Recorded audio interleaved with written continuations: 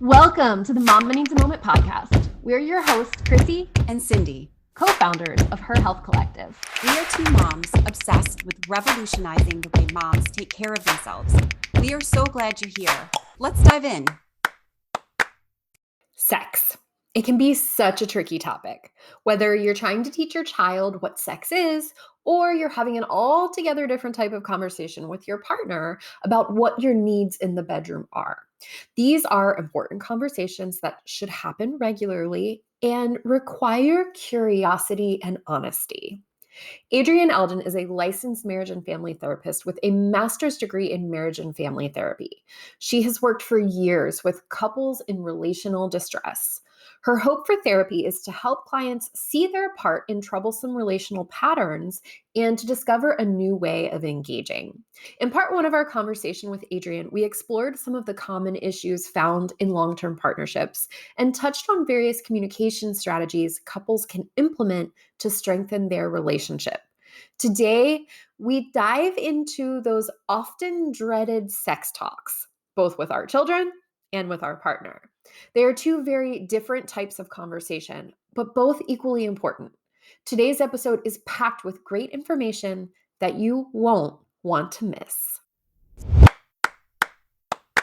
A little over a year ago, I contacted you and I was pretty frantic. I don't know if you could tell from my email, but I was slapped with the realization that my husband and I needed to talk more openly with our children about puberty, sex education, and sexuality. In my email to you, I directly asked if you provide consultations to parents about how to discuss sex with their children. And you replied right away. I just loved you for it. You were like, of course. I was like, oh my gosh, I have someone to save me. But what made me the most nervous was the realization that there's so much misinformation that I could give to both of our girls and actually mistakenly shun them and others with the words that I use. For example, some of the things that went through my head is I can't just look at her and say, sex is when a man and a woman. No, that's not. Sex occurs when two people are married and no, that's not. People have sex when they love each other. That was, so I was getting really nervous about how to put this together for them and make it clear to them.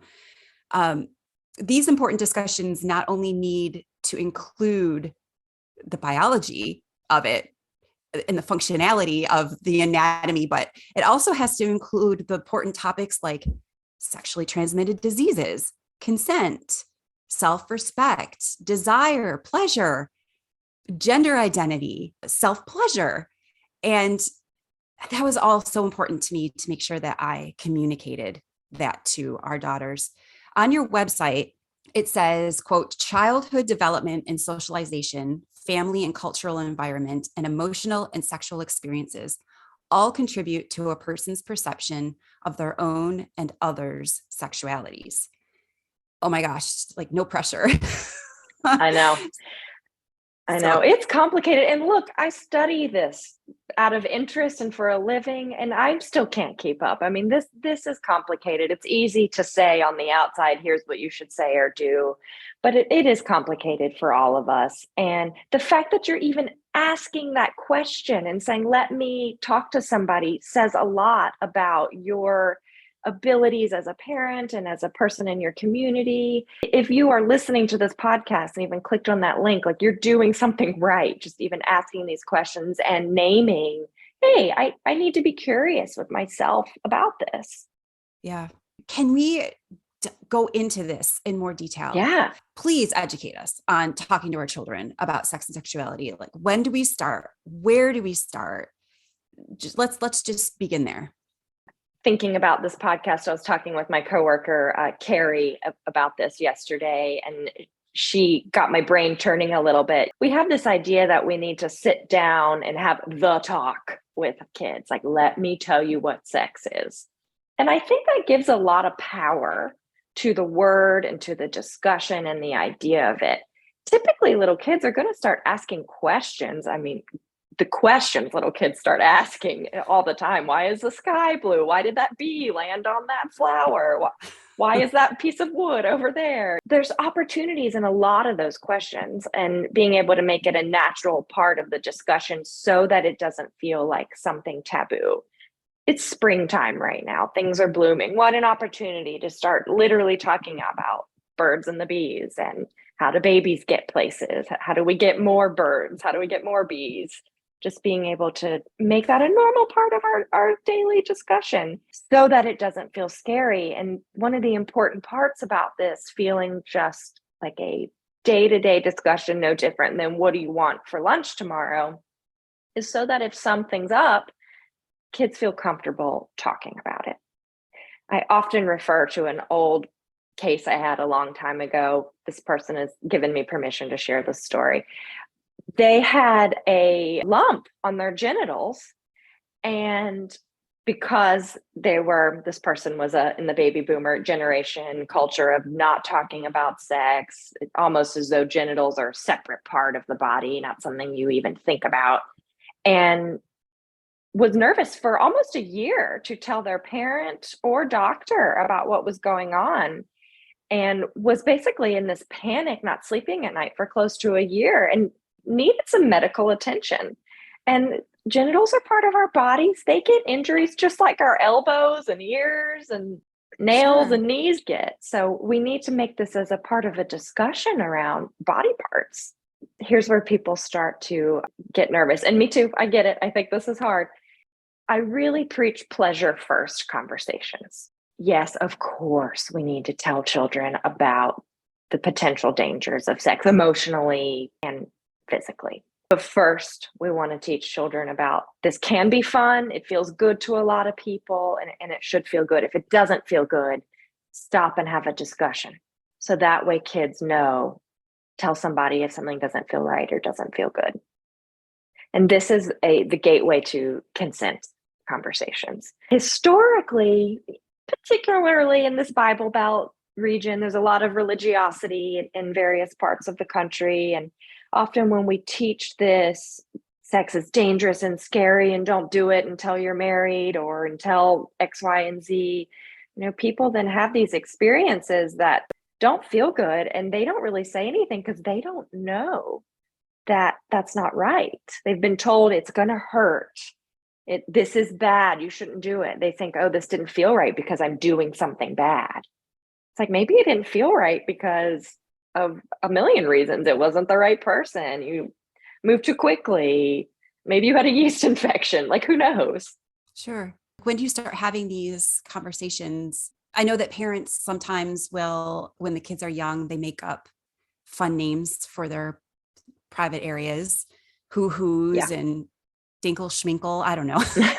Make that one up. but I mean, do you encourage that right off the bat, they start using anatomically correct language? Yes. Okay. Yes. Since day one, say penis, vagina, vulva, testicles, labia, say those words. So that way, if a kid, I don't know, has an injury or a rash or something's happened with somebody they need to talk about, they can say, this thing has happened to this body part. No different than if a kid's like, I fell down and skinned my elbow. You want them to be able to say, I fell in the monkey bars and hit my vulva. You want to be able to just be able to tend to that stuff so that they're not in pain without being able to talk about it. Silence is quite a message that says, this is something we shouldn't talk about. Kids can have some unconscious shame, and they might be experiencing something quite normal. Right, right. So then you start off with your children naming the parts by their anatomically correct names. Yep. So for boys, they're going to start having erections at a very young age. And that's something that parents have to explain. Girls will start to feel pleasure when it's rubbed in a certain way. Yep. And that's just organic conversation, right? Like that's just how do we go through that? Typically, children are going to ask questions way before that starts happening.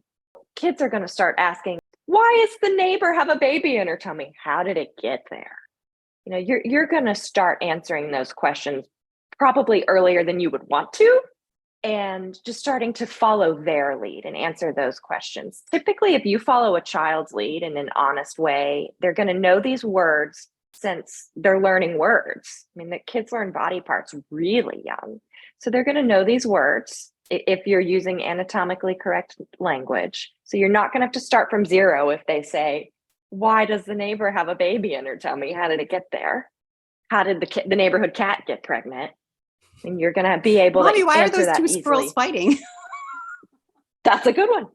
Yeah, that's a good one. Right, so wait, let's stop right there. Let's say that your child did say, Mommy, how did Miss Miller next door get the baby in her tummy? So if the child, it has to be age appropriate, right? So it's like, you can't automatically say, well, a man got excited and he got an erection. And then I mean, you can't say all of these things. You have to break it down to age appropriate. Yes, Really? you have to be age appropriate, but you can say the truth about what happens. Like, here's how a baby happens. The penis went into the vagina. He moves his penis and some liquid comes out. It's called semen. There's sperm in it. They swim. I mean, you can say as much as they want to hear. Kids will let you know. You have to sometimes they'll stop. Sometimes they'll ask 100 questions and you just answer it. If you don't, here's where it gets scary. And I hear you, I get scared too. But if you don't say this, they're going to get some sort of odd information from a friend or the internet. Right. And you just use the real words: penis, sperm, semen. So not all parents are going to do that. Do you tell your child, this is a conversation between us at home? I mean, you don't really want your child to go into kindergarten and say, guess how babies are made. Yeah. But then again, you don't want it to be right. You don't want it to sound like it's a bad thing, like you can't share it. I think secrets and sex is a dangerous path to go down. If a child has something happen with their genitals or something sexual is happening that they have questions about, or that they maybe need to get some adult help around, I don't think the message around this is secrecy. But, depending on your school environment, I think it maybe if your kids are in an environment where you want them to be appropriate, you could say, let's talk about this at home, or here's some people to talk to about this. Let them know who they can talk to. I think what we did is when we started talking about it, we just said that all parents explain it to their kids at different times. So let their parents explain it to them. Totally. That was like the best thing that I could think of to not make That's good. Secretive, but also not let my child be the sex educator for another child that might not be ready for it. Totally. And that's complicated. Sometimes that's good. Like, sometimes a kid does need another kid who's got a really informed parent at home. Like, sometimes that could be some helpful information. And sometimes other parents might not like that. Right. So one last thing on this, and then I'm going to turn it over to Christy. So we had an experience where we were incrementally introducing sex talks casually to our kids. And then something happened where we were thrown into having to explain it in a lot more detail, a lot more quickly to our child. She actually had come across something when she was trying to find something to draw on Google. And thank goodness, thank you, Google. There's no restriction on it. She found something and boom, we were forced to introduce it in a much faster way. What do you recommend in those situations? That was one of the reasons I called you like completely frantic, but what do you suggest in those situations? I would follow the child. And I think what's hard about these discussions, and often talking with a therapist is going to say, it depends. It depends on what's happening. Some of your instincts about what's going on. Is the child disturbed about this? Do they have a lot of questions? Are they thinking nothing of it? You want to follow their lead. If they seem like it's not a big deal, I wouldn't go into a ton about it. Ask them if they have questions and then answer the questions honestly. And then when they start to get into picking out their own books. Usually if you go into the young adult section, they can range from age appropriate for a 9-year-old all the way into high school. And you can't always tell what they're getting. So just let them pick it out and then have them approach you That's a with tough one. the questions. I would be checking in. You Okay. know, we can't monitor every screen book interaction that a kid has, but, you know, try and look through and be aware, but check in. What's that book about? Tell me what you're reading. What do you think about that? Have you heard of that before? Do you have questions? It's funny because that's what started us. And right off is the cover of her book were two people in this very loving pose. And I was like, is there sex in that book? And she's like, Mom, what's sex again? And I was like, oh boy, there you go. We were just thrown into it. So But you did something there, you know, you normalized it as just a question. Oh, is there sex in there? You know, no different than, oh, do they go to Hawaii in that book? I mean, that's good. Like you were normalizing this as part of a discussion, and she felt comfortable enough with you to say, what is that? So there's something working there that's positive. So just being able to answer it really honestly.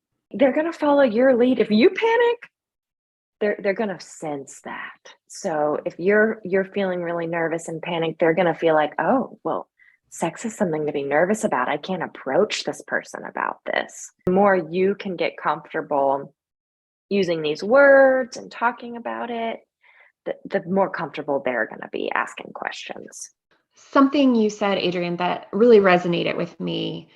And my daughter's a little bit younger, but I see this play out in other topics too. You said to follow their lead. That's so important because what we often do as parents is we put our own stories and our own interpretations into whatever it is that happened. And they may not have even had questions about that topic or been especially curious, but then we kind of poked the bear and brought more curiosity to it. I think I had heard this in relation to somebody asking, what is it you think this word means?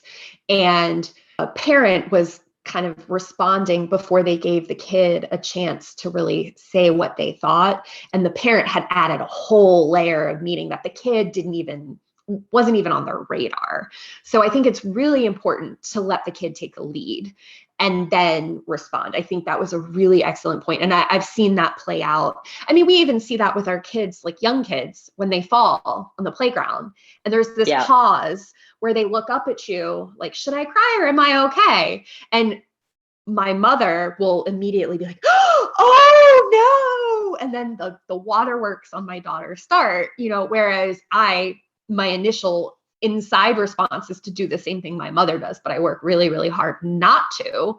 And there's been many times where I'm like, oh, that had to hurt. But she just kind of looks up at me and just sees me with my very chill face. And she's like, I'm okay. So just giving that pause and letting them take the lead because they look to you as the parent to interpret how they're supposed to be responding to these things. So they're going to read your anxiety. They're going to read your discomfort with the topic. So it is really important to maybe even go in the mirror and, if you grew up in our generation and are uncomfortable talking about vulva and semen, maybe go in the mirror and say vulva, vulva, vulva, Yes.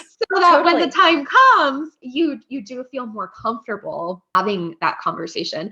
I did want to ask if you have any sex talk resources, if you have a book that you love or website or, a Facebook group, anything that you really like for those topics.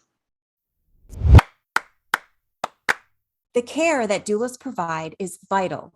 During both of my birth experiences, the doula support I received was extremely helpful. Doulas of Raleigh is a full-service doula agency. Their team of professional doulas supports families in the Triangle area throughout pregnancy, birth, and postpartum.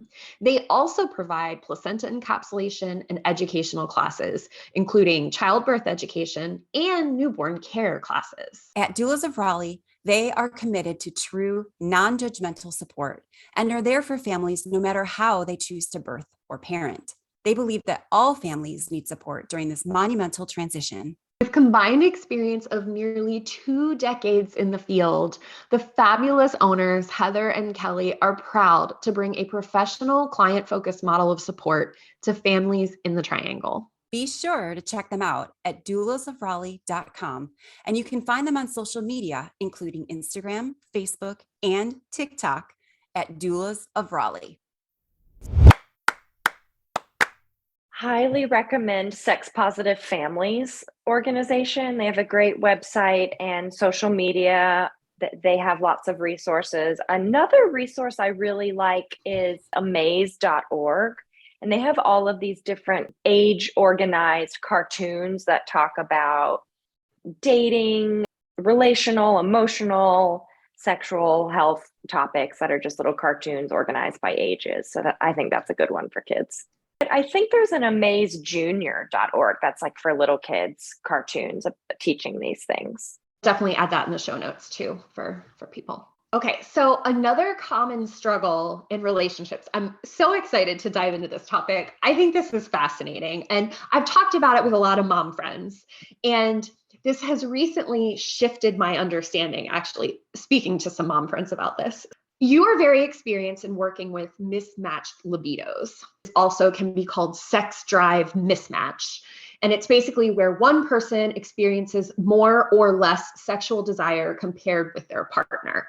I mean, we all know that being intimate with a partner, especially a long-term relationship, it's such an integral aspect of a healthy relationship. Yet people's interest and desire for sex is different, and it can change over time. I have seen this for myself personally, and I know so many mothers in particular who lose sex drive after having a child. That's another big factor. Although I do also want to throw out that that's not always the case, that it's not always a mom that has a lower sex drive or lower libido.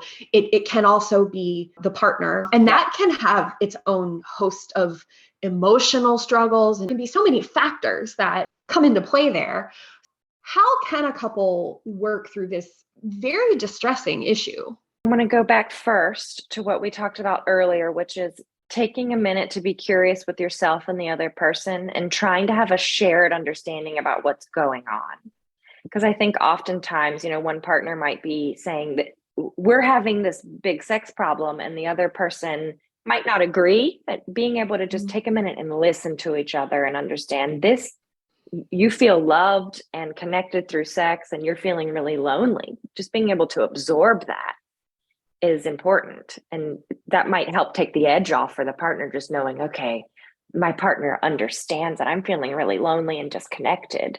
That's a place to start, is just being curious and the reflective listening. What's really going on for you? And trying to reduce some of the blame and just trying to really hear what's happening. And then I think the questions are that this could be, a year of sessions to get to the bottom of this, but I'm super oversimplifying. But I think the question is, what parts of yourself have changed upon becoming a parent, and what do you need to be reminded of those parts of yourself that are sexual?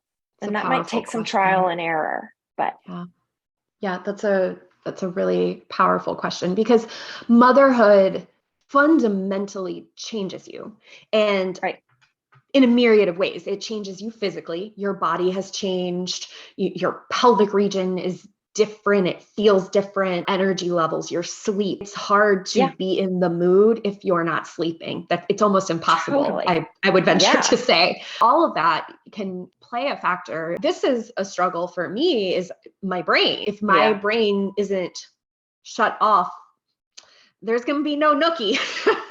I need to have a moment of just quiet to, clear the brain. And Noah is not that way. He's not that way. Being aware and having those conversations is really important. All the time that you've worked with all these different people, do you have some top 5 reasons that someone might have low libido, or things that come up again and again? Yeah. Before I go into that, I want to first name something really important, is understanding the different types of desire and arousal. Some people, sounds like perhaps your partner has spontaneous desire and arousal. It just falls out of the sky, can be in the mood instantly. Plenty of people have that. A lot of people also have something that's more contextual, where some things are needed in order to get there, needing some sleep, needing some time to yourself and needing to meditate, just something to feel relaxed. And there's no right or wrong answer to what a person needs, but just trying to understand what is the context that sets up a situation for this to feel okay. And that contextual desire takes some time. It's not going to just fall out of the sky. And I think that's one of those fundamental shared reality discussions that couples need to have. Like, what kind of desire are you typically having? And maybe that's changed. Maybe when you were young with less responsibilities, maybe it was easy to have spontaneous desire. And now maybe there's some exploration needed around how to have some of that more contextual desire that you have to spend some time setting up. And maybe the family, the couple needs some time to figure out how to set that up. And that could look like a bunch of different things and take some trial and error. Maybe it means you have, a hotel room quiet to yourself twice a month. Maybe it means you need someone to bring out whips and chains and whipped cream. Like, who knows? But just figuring out what you need in order to get in that context. A lot of what you just said reminds me of Come As You Are, the book. I absolutely loved that book. And it talked a lot about the context and having that open conversation. And I think that's a really important book. Do you have any other resources that you love? That's my go-to recommendation. I have a huge list. I can actually send you my book recommendation list. But that book, if you're struggling with mismatched libidos, read that book. Come As You Are is Emily Nagoski. It's a great one. Yeah. So let me go to your other question, which was, what are sort of these top 5 things that you see leading to sexual struggles and libido mismatch? I think a first one to ask, and I think that this could be 20 sessions perhaps, does sex feel good? Are you having fun? Does it feel good to you? Is this the kind of sex you want to be having? I think that's a big discussion to have. A main one, especially after having a child, does sex hurt? Are you in pain? Of course, you're not going to want to do something if it hurts. I think some other questions that I see just a lot that people don't know to ask or explore is like, do you feel supported and respected? If somebody is not feeling supported, or like their partner's not being kind to them, or they're feeling really lonely and feel like their partner's being mean, of course you're not going to want to put your body inside of them or have them inside of your body. It's just too vulnerable if somebody's been unkind to you with any sort of pattern and no repair. Another big question here is just basic mental health and just basic survival needs. If we go back to sort of this psychology idea of the hierarchy of needs, oftentimes people will come to therapy saying, we want to self-actualize. We want to get to the top of that pyramid and have these tantric sexual experiences. It's like, wait a second. Based on some assessment, it sounds like maybe you aren't sleeping. You're not getting enough nutrition. It sounds like you're really anxious and depressed. Like, let's get the bottom of the pyramid figured out before we go to these higher level self-actualization discussions. A lot of what I mentioned before, when we first have a child, and physically the sleep, often, the lack of nutrition. If you're breastfeeding, you need all these extra calories, and there's just so many factors at play, and your body has changed. So I do think that that's such an important integral piece. Thank you for sharing those different ways that this might appear. And I imagine it could also be a combination of things. And it might be a surprise for someone if this wasn't the case for them before, because things do change. Our relationships change. We as a person change. Our circumstances change. And that can all impact what happens between the sheets. Yeah. And I do want to just say too, this should be a working document. This isn't something that you have this discussion once and it's done. What kind of sex you want to have today might be different than the kind of sex you want to have next week. And so just being able to have an ongoing dialogue about this. And we know from research, I know from working with people for years, is people who talk about sex have more sex and better sex. Just talking about it. Do you have any other tips or suggestions for a couple that is looking to bring intimacy back into the relationship if it's taken a bit of a hiatus? sometimes people, when things have gone a long time without intimacy, it can start to feel really pressured and awkward. So maybe trying to talk about and getting creative about some sensual experiences that you could have to start showing your body how to be relaxed and comfortable with each other again. So if you're feeling super nervous about it, it's going to be really hard to go into something super sexual. So could you have a clothes on massage with like candles and music? Could you take a dance lesson together? Like something that has you present in your body with the partner without the pressure of sex, just to ease back into that comfort. And I can send you to, I have a list of sensual activities for people to try. And what I recommend is couples just go through it and say the things they're like totally down to try, things they might want to try, and things that are a hard no. Everybody say what those are, and then pick a couple things that are on the yes that both people agree to and try them. Yes, definitely send that list. I can say I personally pull the massage card a lot. I'm like, if you gave me a massage, it might help me get in the mood. Yeah, that's awesome. That's great. And it works. So like a lot of the times it works, but I get a massage out of it too. So yeah. Yeah. Oh, I can't wait to get that list. And I think another thing to think about with this is if there's a lot of pressure in the dynamic about getting sexual, it's not going to help. So it's crucial to talk through that if there's any element of feeling pressured to go there. And so that might mean we do this sensual activity and that's it.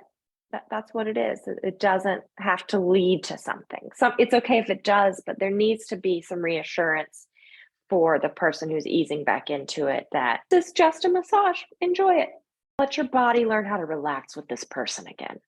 Does Noah just give you massages just because? Yeah. I mean, it depends on his day and his mood, but I ask for massages a lot. I will say they've kind of petered out in recent years. I used to get a lot more. I'm like, can I have a massage, please? It's my part of my love language. Don't give me a gift. Give me, and he's better than any massage therapist.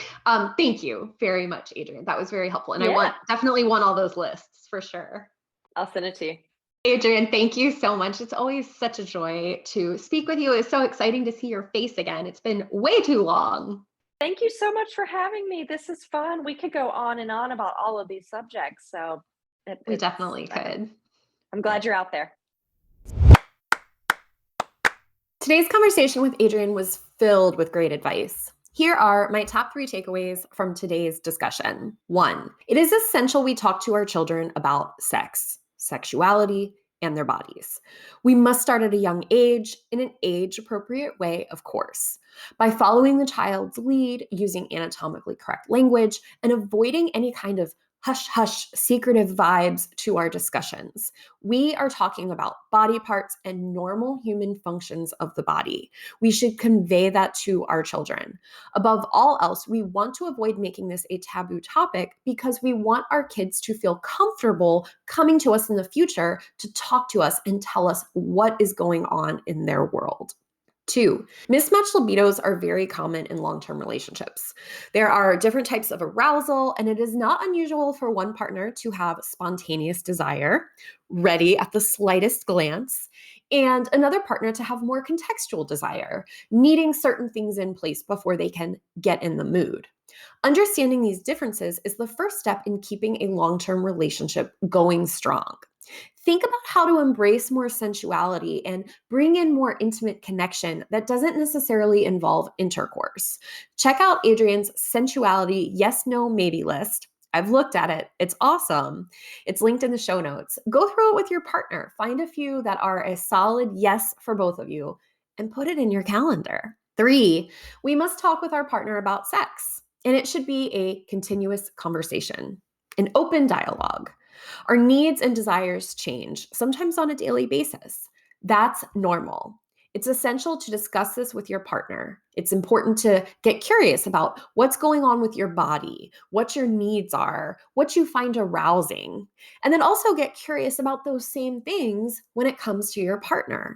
These are fundamental conversations everyone should have with their partner because it is only by having an honest and open line of communication that you will be able to continue to grow together while still meeting one another's needs along the way. If you missed part 1 of our fabulous conversation with Adrienne, be sure to head back to episode 61 and have a listen as we dive into some of the common issues found in long-term partnerships and explore various communication strategies couples can implement to strengthen their relationship.